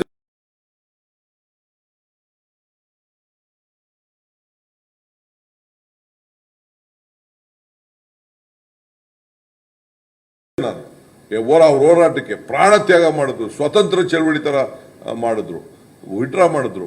ಇಲ್ಲಿ ಅವ್ರದೇ ಗೌರ್ಮೆಂಟು ವಿಡ್ರಾ ಮಾಡಕ್ಕೆ ಹೇಳಿ. ಈ ದಳದವರು ಅವ್ರ ಜೊತೆ ಸೇರ್ಕೊಂಡು ರೈತರ ಪಾರ್ಟಿ ಅಂತಿದ್ದವರು, ರೈತರ ಮಕ್ಕಳು ಅಂತಿದ್ದವರು, ಅವರು ಅವ್ರ ಜೊತೆ ಸೇರ್ಕೊಂಡ್ಬಿಟ್ರು. ಮಾಡ್ಬಿಟ್ಟು ಅವರು ವಿರೋಧ ಮಾಡ್ಬಿಟ್ರು ದಳದವರು. ಈಗ ಅವರಿಬ್ಬರು ಇದು ಒಂದೇ ಇದು ಮುಂದೆ ಮಂಚ ಅವ್ರದ್ದು ಪಾರ್ಟ್ನರ್ಸ್ ಅವರು. ಈಗ ಅವರು ಮಾಡಲಿಲ್ಲ, ಅದನ್ನ ವಿರೋಧ ಮಾಡಕ್ಕೆ ಹೊರಟ್ಬಿಟ್ರು. ಅದಾದಮೇಲೆ ಧರ್ಮದ ಬಗ್ಗೆ ಮಾತಾಡ್ತಾರಲ್ಲ, Karnataka government has come out with an historic amendment. Karnataka ನಮ್ಮ ಇವರು ರಾಮಲಿಂಗಾರೆಡ್ಡಿ ಅವರ ನೇತೃತ್ವ ಏನು, C ಗ್ರೂಪ್ ದೇವಸ್ಥಾನಗಳಿಗೆ 10% ದುಡ್ಡು. ಈ ದೊಡ್ಡ ದೊಡ್ಡ ದೇವಸ್ಥಾನದಲ್ಲ, ಈಗ ಕೊಲ್ಲೂರು ಮೂಕಾಂಬಿಕೆ ದೇವಸ್ಥಾನ ಇರ್ಬೋದು, ಇನ್ನೊಂದು ಯಾವುದೋ ದೊಡ್ಡ ದೇವಸ್ಥಾನ, ಆ ದುಡ್ಡನ್ನ 10% ಹಣ ತೆಗೆದುಬಿಟ್ಟು ಹಳ್ಳಿಲಿರೋ ಮಾರಮ್ಮ, ಕಟ್ಕಮ್ಮ, ಕೆಂಕೇರಮ್ಮ, ಕಬ್ಬಾಳಮ್ಮ ಅಂತ ಸಣ್ಣ ಸಣ್ಣ ದೇವಸ್ಥಾನಗಳಿಗೆ ಕೊಡೋದು. ಆಮೇಲೆ ಪೂಜಾರಗಳಿಗೆಲ್ಲ ಅವರ ವಿದ್ಯಾಭ್ಯಾಸಕ್ಕೆ, ಅವ್ರ ಯೋಗಕ್ಷೇಮಕ್ಕೆ, ಅವ್ರ ಇನ್ಸೂರೆನ್ಸ್ಗೆ ಏನೋ ಒಂದು ಪೆನ್ಷನ್ ಕೊಡಬೇಕು ಅಂತ ಬರೀ 10% ಕಾಯ್ದೆ ತಂದ್ರೆ ಎಲ್ಲರೂ ಉಂಟೇನ್ರಿ? ಗೌರ್ನರ್ಗೆ ಹೇಳ್ಬಿಟ್ಟು ನಿಲ್ಸವ್ರಲ್ಲ ಪೂಜಾರಿಗಳು. ಪಾಪ ಹಳ್ಳಿ ದೇವಸ್ಥಾನಗಳು, ಸಣ್ಣ ಸಣ್ಣ ದೇವಸ್ಥಾನಗಳು, ಹಿಂದೆ ಆರಾಧನಾ ಸ್ಕೀಮ್ ಅಂತ ಬಂಗಾರಪ್ಪನವ್ರ ಕಾಲದಲ್ಲಿ ಆ ದೇವಸ್ಥಾನಗಳಿಗೆ ಸುಣ್ಣ ಬಣ್ಣ ಹೊಡೆಯಕ್ಕೆ ದುಡ್ಡು ಇಟ್ಟಿದ್ರು. ಇದಕ್ಕೂ ವಿರೋಧ ಮಾಡ್ತಾರೆ. ಇನ್ ಯಾವ ಧರ್ಮ ಇವ್ರು ಮಾಡೋದು? ನಾವು ಈ ಧರ್ಮ ಕಾಪಾಡ್ತಾ ಇರೋರು. ನಮ್ಗೆ ರಾಜಕಾರಣದಲ್ಲಿ ಧರ್ಮ ಇರಬೇಕು, ಧರ್ಮದಲ್ಲಿ ರಾಜಕಾರಣ ಇರಬಾರ್ದು. ಇದು ನಮ್ಮ ಕಾಂಗ್ರೆಸ್ ಪಕ್ಷದ ಮೂಲ ನಿಲುವು. ನಾವು ಅರ್ಚಕರು ಯಾಕೆ ಅಂತಂದ್ರೆ, ಅರ್ಚಕರು ಪಾಪ ಅವರು ಏನೋ ಹಳ್ಳಿಗಳೆಲ್ಲ ದೇವಸ್ಥಾನ ಉಳಿಸ್ಕೊಂಡು ಬಂದಿದ್ದಾರೆ, ದಿನ ಪೂಜೆ ಗೀಜೆ ಮಾಡಿಕೊಂಡು. ಅರ್ಚಕಸ್ಯ ಪ್ರಭಾವಿನ ಶಿಲಾದ್ಭೂತಿ ಶಂಕರ. ಅರ್ಚಕನ ಪ್ರಭಾವದಿಂದ ಶಿಲೆಯಲ್ಲಿ ಶಂಕರನ ಕಾಣಬಹುದು ಅನ್ನೋ ಗಮನವನ್ನು ಇಟ್ಕೊಂಡು ನಾವು ಅವ್ರಿಗೂ ನಾವು ಸಹಾಯ ಮಾಡಬೇಕು ಅಂತ ಹೊರಟಿದ್ರೆ, ಇವತ್ತು ಇದಕ್ಕೆ ವಿರೋಧ ಮಾಡೋದಕ್ಕೆ ಇದಕ್ಕೆ ಓಟ್ ಕೇಳ್ತಾ ಇದ್ದೀರನ್ರಿ ನೀವು. ನಾನು ನಿಮ್ಗೆ ಕೇಳ್ತಾ ಇದ್ದೀನಿ, BJP ಅವ್ರಿಗೆ ಏನು ಮಾಡಿದ್ದೀರಿ ಅಂತ ನೀವು ಓಟ್ ಕೇಳ್ತಾ ಇದ್ದೀರಿ. You have no right to ask any vote. Vote ಕೇಳಕ್ಕೆ ನಿಮ್ಗೆ ಹಕ್ಕಿಲ್ಲ. ಇಲ್ಲ, ಸಿ ಎಂ ಹೇಳಿದ್ರಲ್ಲ 10 ವರ್ಷದ ಸಾಧ್ಯ ಹೇಳಿ ಅಂತ ಅಂದ್ಬಿಟ್ಟು, 10 ವರ್ಷದ ಸಾಧ್ಯ ಏನಿದೆ ಅಂತ ಹೇಳಿ ನೀವು.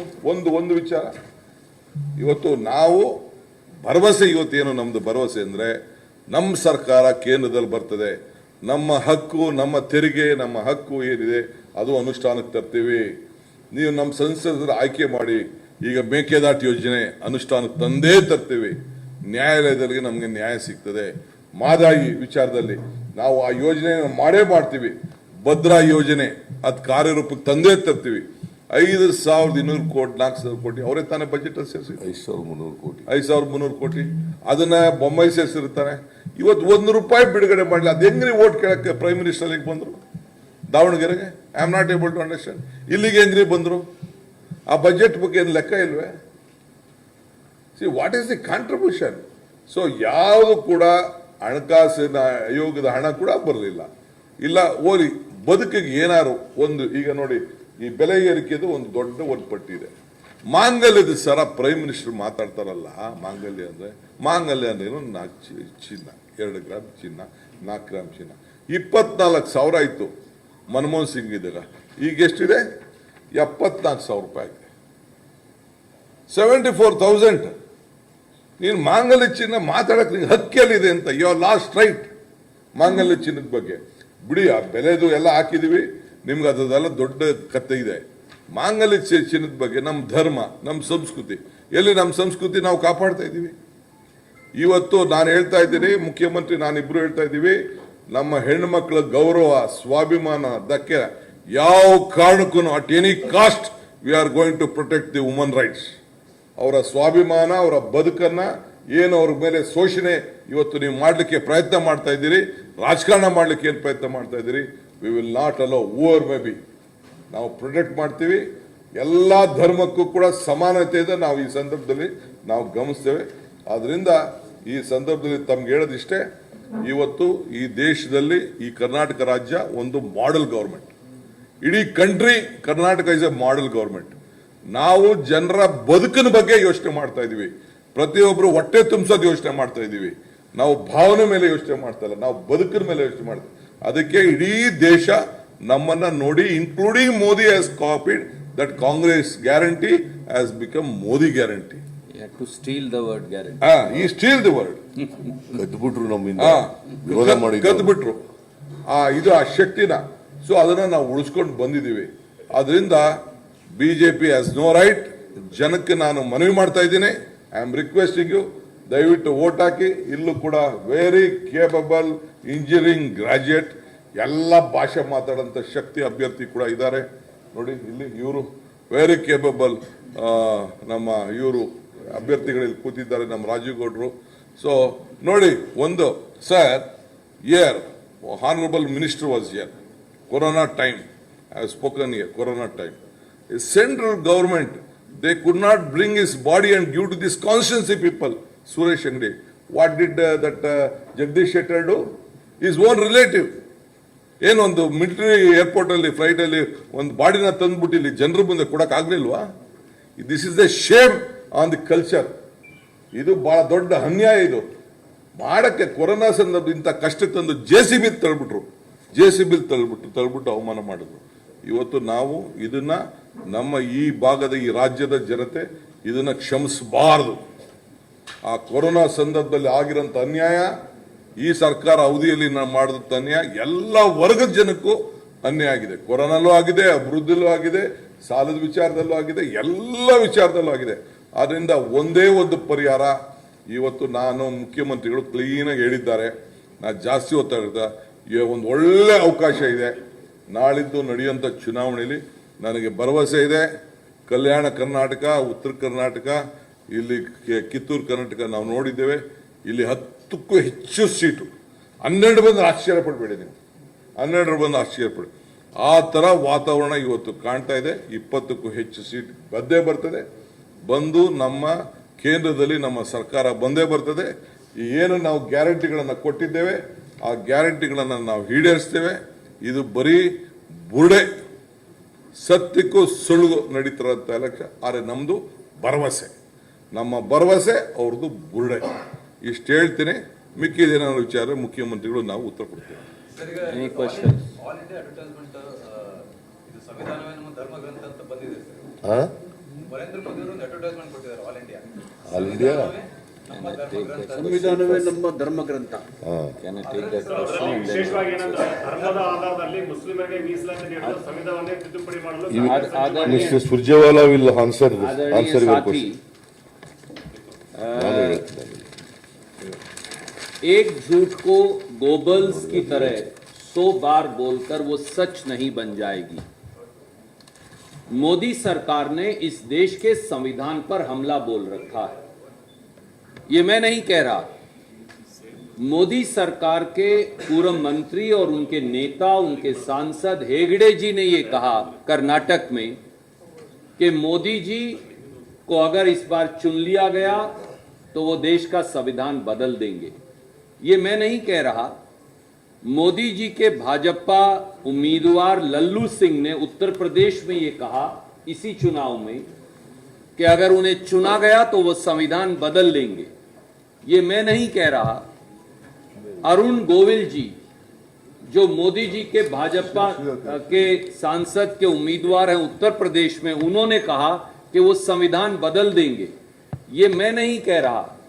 नरेंद्र मोदी जी के सबसे प्रिय बाबा कौन हैं? उनके सबसे प्रिय बाबा हैं आचार्य प्रमोद, जिनके कल्की धाम का वो उद्घाटन 3 महीने पहले करके आए हैं। वो ओथ दिलवा रहे हैं पब्लिकली कि देश में SC ST OBC की जातिगत रिजर्वेशन को खत्म करना ही भाजपा का लक्ष्य है। ये मैं नहीं कह रहा। मोदी जी की भाजपा में की जो उम्मीदवार हैं राजस्थान से ज्योति मिर्धा, वो इस चुनाव में कह रही हैं कि भाजपा को वोट दो, संविधान बदलेंगे। मोहन भागवत जी से लेकर जिनकी चर्चा सिद्धारमैया जी ने की, ये सब लोग मोदी जी के इसी संसदीय चुनाव में उम्मीदवार हैं, मोदी जी के सलाहकार हैं, मोदी जी की आईज एंड ईयर्स हैं। सच बात यह है कि श्रीमान नरेंद्र मोदी और भाजपा RSS इस देश के संविधान को बदलना चाहते हैं, SC ST OBC के अख्तियार को खत्म करना चाहते हैं। इसीलिए 30 लाख पद भारत सरकार में खाली, उस 30 लाख में 50% रिजर्वेशन तो SC ST OBC की है। तो 15 लाख SC ST OBC के लोगों को नौकरी किसने नहीं दी? नरेंद्र मोदी ने। जो पब्लिक सेक्टर अंडरटेकिंग बेच दी, उनमें रिजर्वेशन खत्म हो गया। अब भारत सरकार में ज्वाइंट सेक्रेटरी और से सेक्रेटरी तक के सारे पद अब प्राइवेट सेक्टर से भरे जाते हैं, रिजर्वेशन खत्म हो गया। तो नरेंद्र मोदी जी अब से पहले ही रिजर्वेशन खत्म करने का षड्यंत्र चला रहे हैं और अब संविधान बदलना चाहते हैं। झूठे आडंबरों और इश्तिहारों से कुछ होने वाला नहीं। Sir, now on record, Narendra Modi has said here, sir, that you are conspiring to change the constitution only to give reservation to the Muslims. एक कहावत है, चोर मचाए शोर, हिंदी की। Now on record, yes. This is I am saying it on record my dear friend. एक हिंदी की कहावत है, चोर मचाए शोर। उसका मतलब क्या है? जिसे घर में चोरी करनी है वो सबसे ज्यादा शोर करता है, क्योंकि बीजेपी देश के संविधान को तोड़ना चाहती है। बीजेपी के मौजूदा सांसद, मुझे बताइए, फिर आपने उन्हें संसदीय उम्मीदवार क्यों बनाया? Why are they parliament candidates of Shri Narendra Modi? They are openly saying we will change the constitution. Not one, not two. I have given you 6 instances. Narendra Modi has not withdrawn candidature of even one. Why? This proves that there is a concerted conspiracy to attack the constitution, because he has now realized that our brothers and sisters of scheduled caste, scheduled tribe, OBC communities, they have realized the conspiracy being hatched by BJP, so they want to hide behind some newspaper advertisement. We reject it with the contempt it deserves. Next question. The BJP says that Congress has amended constitution as per its convenience. They were right from emergency to other amendments. My dear friend, we have protected the rights of scheduled castes, scheduled tribes, backward classes, poor, women, farmer, youth, minorities. the poorest of the poor, even if they belong to journal categories, their rights were protected under the Constitution. Let me say to your viewers and readers today, BJP wants to take away your right to vote. And I want to tell my journalist friends, BJP also wants to take away your right to show and write what you want to. BJP wants to take away your right to question those in power or in opposition. That's why Prime Minister in 10 years has not held a single press conference. BJP wants to abolish the current constitution. During Vajpayeeji's days, Shri Lal Krishan Advani then had constituted a committee to review the constitution. They are doing the same thing again for their MP candidates. Not one, but 6 have publicly said that Modi ji's intent is to change the constitution. Because people of SC, ST, OBC and poor have risen in unison to defeat Mr. Modi, and they realize it now, so they are just trying to course correct. This is what is called chor machaye shor. No, you didn't reply about Congress amending for emergency. Mr. Surjewala. No, you didn't reply Sir, we'll have to. emergency. No, you didn't reply We on did not amend the constitution, sir. Please read the constitution as enacted by Baba Sahib Ambedkar on 26 January 1952. All these provisions exist. Thank you. Modi has categorically denied, even an interview with the 5 editors of the TV channel, that there is no question of abolishing this constitution, and we are going to go by the existence of the... Sir, I challenge Mr. Modi through the good offices of my journalist friends in Belgaum. Please withdraw today the candidature of the 6 candidates. Arun Govil, Lallu Singh, Jyoti Mirdha. Disassociate yourself from the Baba and all others. Expel Mr. Hegde, all others who are saying they want to change the, Modi wants to change the constitution. The very fact that Modi ji's over a dozen candidates continue to seek votes for changing the constitution proves the conspiracy. Number 2, will Prime Minister say why has he abolished reservation for post of Joint Secretary and above in Government of India by making direct recruitment and abolishing reservation for SC, ST, OBC?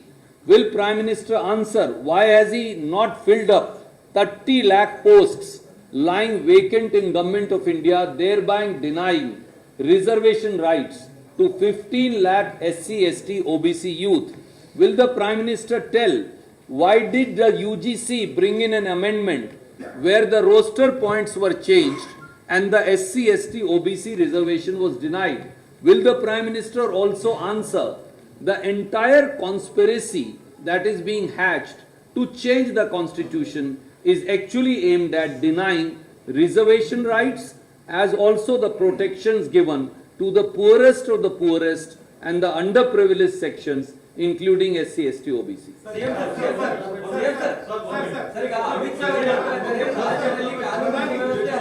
ಇಲ್ಲ ಒಬ್ರು ಕೇಳ್ರಿ, ಅಲ್ಲ ಇವ್ರು ಕೇಳಿ ಇವ್ರು ಕೇಳ್ತಾರೆ.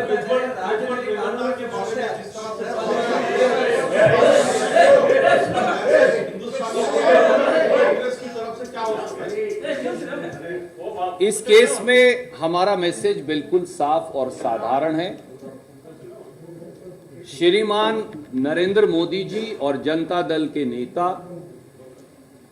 एक मास बलात्कारी को प्रोटेक्शन दे रहे हैं। जब देश के प्रधानमंत्री नरेंद्र मोदी जी को यह मालूम था कि उनके और उनके अलायंस के कैंडिडेट प्रज्वल रेवन्ना गंभीर और सैकड़ों महिलाओं से बलात्कार के आरोपी और दोषी हैं, जब मोदी जी और अमित शाह जी के पास भाजपा के एक नेता द्वारा 22 दिसंबर 2023 को ये सारे सबूत दे दिए गए थे, तो मोदी जी और अमित शाह जी ने पहली बात जनता दल से समझौता क्यों किया? दूसरी बात, उन्होंने प्रज्वल रेवन्ना को भाजपा और जनता दल का उम्मीदवार क्यों बनाया? तीसरी बात, मोदी जी ने हासन जाकर प्रज्वल रेवन्ना को के हाथ पकड़कर उसके हाथ उठाकर ये क्यों कहा कि प्रज्वल रेवन्ना की जीत में ही मोदी को ताकत मिलेगी? चौथी बात, प्रज्वल रेवन्ना के बारे में ये सब जानते हुए मोदी जी, अमित शाह जी, भाजपा और जनता दल ने ये बात क्यों छुपाई? पांचवी बात, प्रज्वल रेवन्ना को जब वो देश छोड़कर भगोड़ा हो रहा था, भाग रहा था, तो क्या मोदी जी के विदेश मंत्रालय को, पासपोर्ट कंट्रोल को ये मालूम नहीं था कि एक सैकड़ों बलात्कारों का आरोपी देश छोड़कर भाग रहा है? तो मोदी जी और अमित शाह जी ने उसे देश से बाहर भागने की इजाजत क्यों दी? छठी बात, एसआईटी ने सीबीआई को यह लिखा, मोदी सरकार को यह लिखा कि वो कहां पर है भगोड़ा, उसे वापस लाया जाए। आज तक मोदी जी और अमित शाह जवाब क्यों नहीं देते? आठवीं बात, मुख्यमंत्री जी ने यह लिखा प्रधानमंत्री को कि प्रज्वल रेवन्ना का डिप्लोमेटिक पासपोर्ट कैंसिल किया जाए, आज तक क्यों नहीं किया? नौवीं बात, हमारी एसआईटी ने सीबीआई को यह लिखा कि इंटरपोल को बोलकर ब्लू कॉर्नर नोटिस जारी किया जाए ताकि वो वापस हमें पता चले कि वो किस देश में हैं। आज तक मोदी जी ने ये क्यों नहीं किया?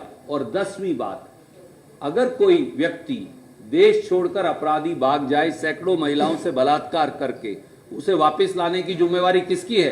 प्रांतीय सरकार की है या केंद्रीय सरकार की?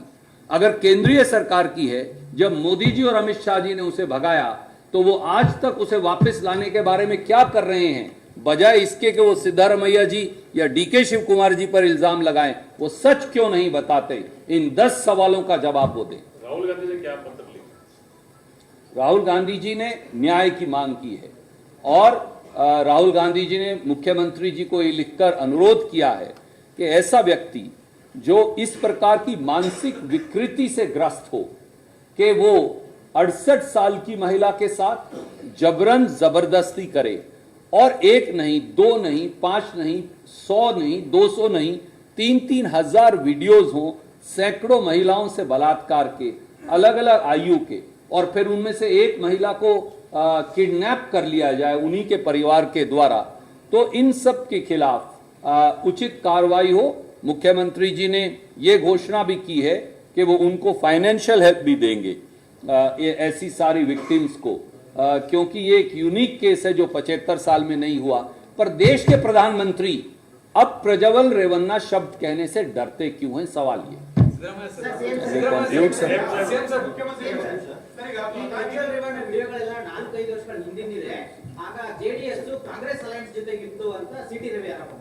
ಏನಂತ ಪ್ರಜ್ವಲ್ ರೇವಣ್ಣ ಅವರ ಎಲ್ಲಾ ಲೈಂಗಿಕ ಹಗರಣದ ವಿಡಿಯೋಗಳು 4-5 ವರ್ಷಗಳ ಹಿಂದಿದ್ದದು. ಆಗ ಜೆಡಿಎಸ್ ಕಾಂಗ್ರೆಸ್ ಜೊತೆಗೆ ಅಲೈನ್ಸ್ ಅಲ್ಲಿ ಇತ್ತು, ನಮ್ಮ ಜೊತೆ ಇರಲಿಲ್ಲ.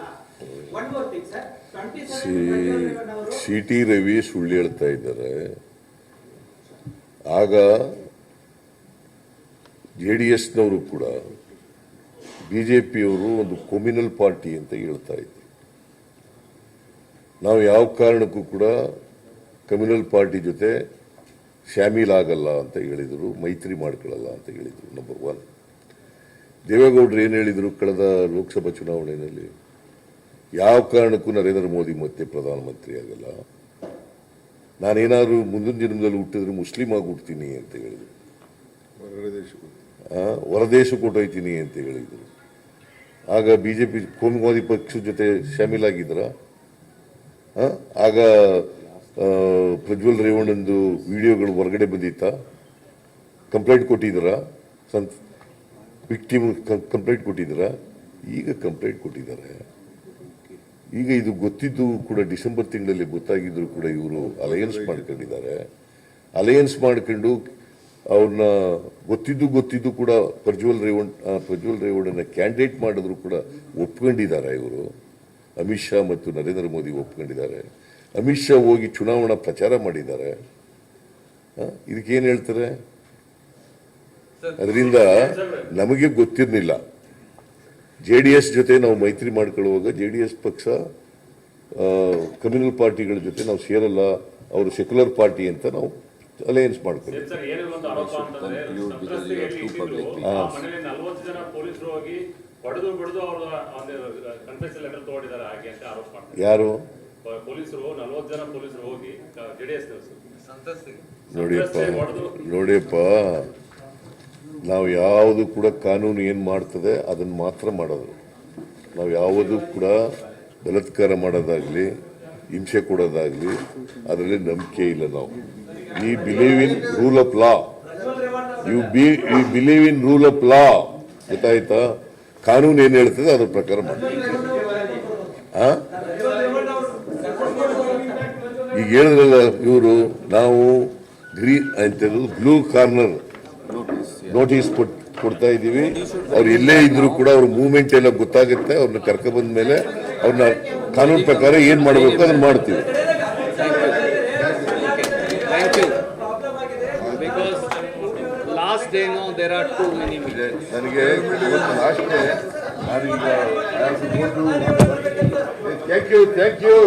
Thank you all. ಎಲ್ಲ ನೀವೆಲ್ಲ ಕಾಂಗ್ರೆಸ್ ವೋಟ್ ಹಾಕ್ರಪ್ಪ ದಯವಿಟ್ಟು.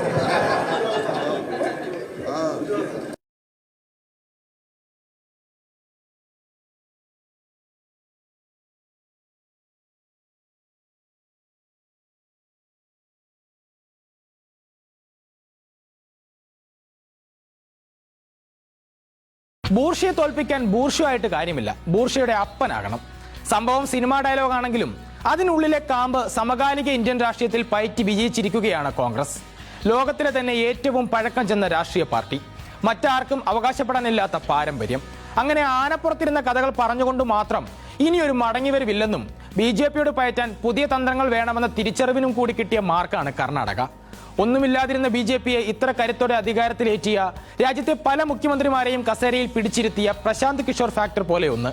അങ്ങനെ ഒരു തല ഇപ്പോൾ കോൺഗ്രസിനൊപ്പമുണ്ടോ? ഭാരത് ജോഡോ യാത്ര മുതൽ കോൺഗ്രസിനെ അടിമുടി നോക്കിയാൽ ട്രാക്ക് മാറ്റത്തിന്റെ കാറ്റ് കാണാം. കന്നഡയിൽ ആ തലയ്ക്ക് ഒരു പേരുണ്ട്, സുനിൽ കനഗോലു.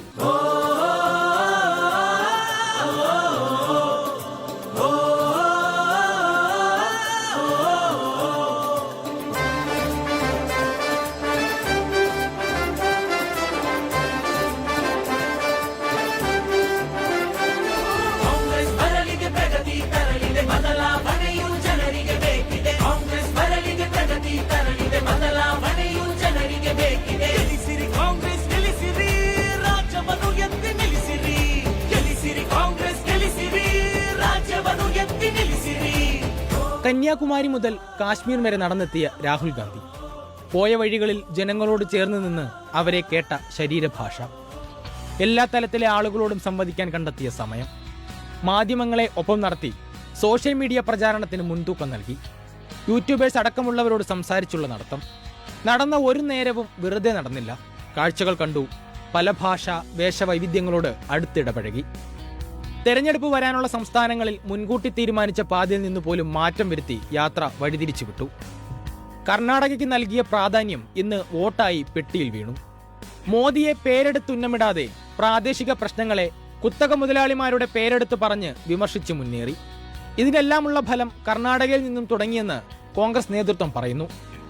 മിന്നും വിജയം നേടി നിൽക്കുമ്പോഴെല്ലാം അമിത്ഷാ പലപ്പോഴും പറഞ്ഞിട്ടുള്ള ഒരു മറുപടിയുണ്ട്, ഇതല്ല, ഇനി വരുന്ന തെരഞ്ഞെടുപ്പാണ് ഞങ്ങളുടെ ലക്ഷ്യം.